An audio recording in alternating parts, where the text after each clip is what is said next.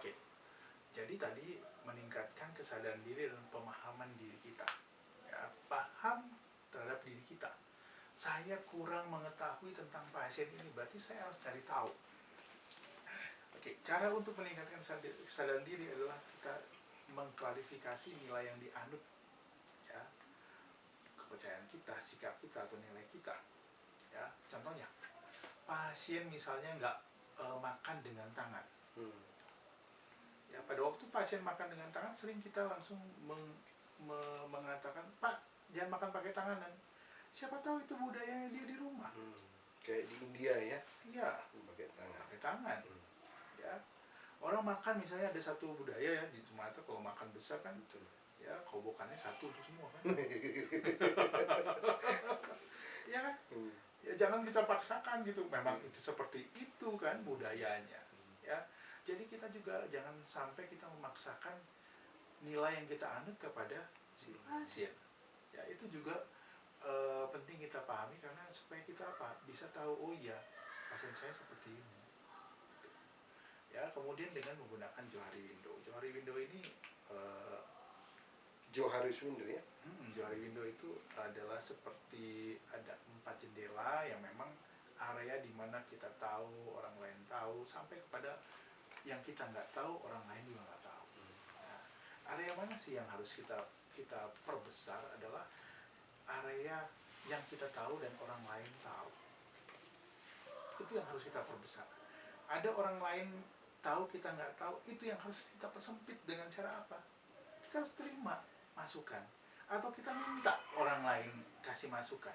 Gimana tadi saya presentasi, apa yang kurang? Kan kita nggak tahu, orang lain yang tahu. Sehingga apa? Tahu kelemahan kita. Oh, rupanya kelemahan saya di sini. Berarti apa? Saya perbaiki. Nah, itulah gunanya kita apa? Melakukan klarifikasi, melakukan daya telik diri. Kenapa sih saya begini? Apa yang harus saya lakukan supaya lebih baik lagi? Ya, sehingga ini akan meningkatkan kemampuan kita untuk membagikan perasaan dan pengalamannya pada orang lain, dan meningkatkan pemahaman terhadap diri sendiri dan orang lain. Jadi kalau semakin kita luas wawasan kita akan mampu memahami orang dari sudut pandang orang tersebut. Saya misalnya ketemu orang, misalnya dia cemberut, bukan berarti bahwa dia cemberutin saya. Mungkin ada hal yang lain, ya. Mungkin kita bisa tahu dari latar belakangnya dia, mungkin dia ada masalah, ya. Oke. Dan dengan kita melakukan Johari Window tadi, ya, meningkatkan kesadaran diri kita, maka kita juga akan menghargai dan menghormati hak orang lain. Nah, ada sebenarnya fase-fase di mana kita harus berkomunikasi. Oh, iya. Jadi ada tahap-tahapnya. Tahapannya ada. Ya, seringkali kita lewatin. Ya. Nah, ada 4 tahap, dan 4 tahap ini harus dilewati pada waktu kita melakukan interaksi dengan pasien apapun. Ya. Yang pertama adalah fase prainteraksi, yang kedua fase orientasi, yang ketiga fase kerja, dan keempat fase terminasi. Ya.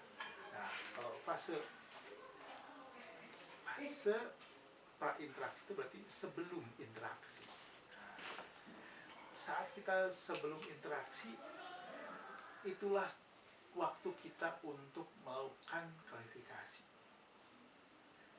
Tanya kepada diri saya, apa yang saya ketahui tentang pasien saya.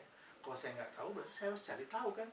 Cari tahunya kemana? Buka kartu status pasien, tanya kepada perawat yang sebelumnya merawat, ikut operan, tanya kepala ruangan, nah, tanya ketua tim. Nah, itu yang harus kita lakukan, ya. Jangan ujuk-ujuk datang ke pasien, kita udah kayak orang yang maha tahu gitu. Ya. Jadi jangan pernah ketemu pasien sebelum mengenalnya. Iya. Mengenal diri dan mengenal pasien itu sendiri. Kita memang belum, misal pertama kali kita ketemu sama pasien, belum ketemu nih, baru habis operan, ya. Kita gathering information dulu deh soal si pasien ini. Apa sih latar belakang? Oh, dia kita bahas. Oh ya, asli Sunda. Oke, misalnya dari Sunda. Kaitkan dengan perawatan yang akan kita berikan? Ada nggak budaya yang memang sejalan? Itu jadi kekuatan kita nantinya. Ya. Oke, jadi kita harus cari tahu tentang pasien, kemudian kita analisa diri kita sendiri, sudah mampu nggak saya merawat. Kalau saya nggak tahu, saya cari tahu gimana sih caranya, ajarin dong saya, temenin dong saya, kan seperti itu ya. Jadi ini sekarang saya juga lagi pre-interaksi nih ya. Lagi belajar. Dan kemudian kita buat rencana pertemuan dengan pasien yang pertama kali, saya ke sana mau ngapain? Jangan ke sana cuman apa? Cuman hahaha doang gitu. Setiap ketemu pasien harus apa? Harus terapi, harus terapeutik, jangan cuma hahaha. Itulah komunikasi terapeutik. Iya, gitu. Jadi saya ke sana mau ngapain? Oh, saya mau tanya. Jadi kita udah dalam pikiran kita udah tersusun. Oh, apa yang saya mau tanyakan?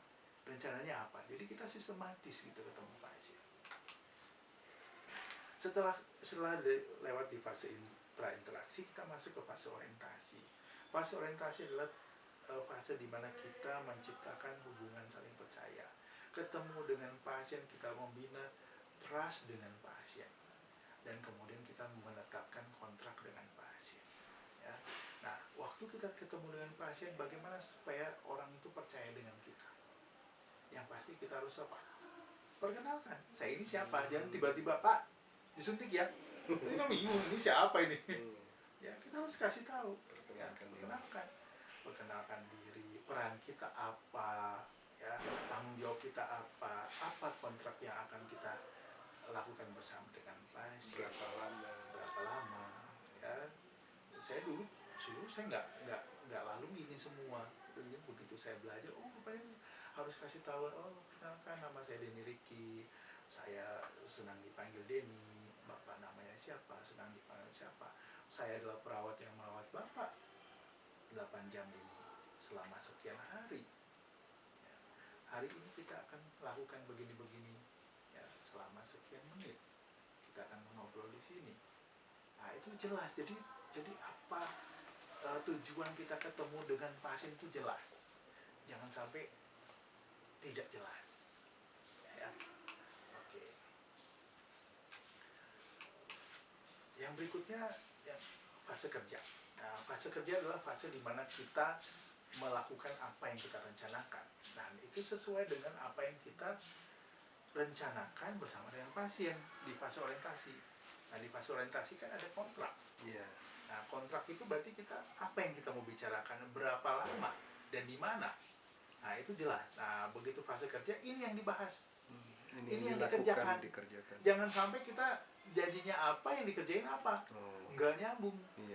Itu nggak concrete thinking. Nggak memenuhi kebutuhan siapa? Si pasien. Karena pasien tadi concrete thinking. Iya. Gitu. Jadi memang harus sejalan. Ya. Sejalan, apa yang kita rencanakan itu yang kita lakukan. Ya. Boleh kita waktu kerja, fase kerja kita mengumpulkan informasi. Kalau tujuan tadi di fase orientasi kontrak kita untuk mengumpulkan informasi, gitu. Ya. Atau mengubah perilaku. Ya. Jadi tergantung kepada apa kontrak topik yang akan kita lakukan di fase orientasi. Yang terakhir adalah fase terminasi. Ya, ini fase terminasi ini fase yang paling sulit dan paling penting. Ya. Kenapa sulit? Sulit karena kadang-kadang kalau orang sudah trust, kemudian berpisah. Jadi kehilangan ya? Kehilangan. Ya. Saya misalnya pernah nggak Pak Bung Sam, pernah nggak ada pasien yang pengennya Bung Sam yang di situ? Ada. Nah, itu karena apa? Karena sudah trust, begitu nanti dia diganti sama orang lain, dia akan menolak. Bahkan kalaupun dipaksakan, dia akan tidak puas. Gitu. Nah, itulah yang paling sulit, tapi paling penting juga. Gitu. Ya. Tujuannya adalah kita mengevaluasi pencapaian tujuan dan mengakhiri hubungan terapeutik tadi. Ya.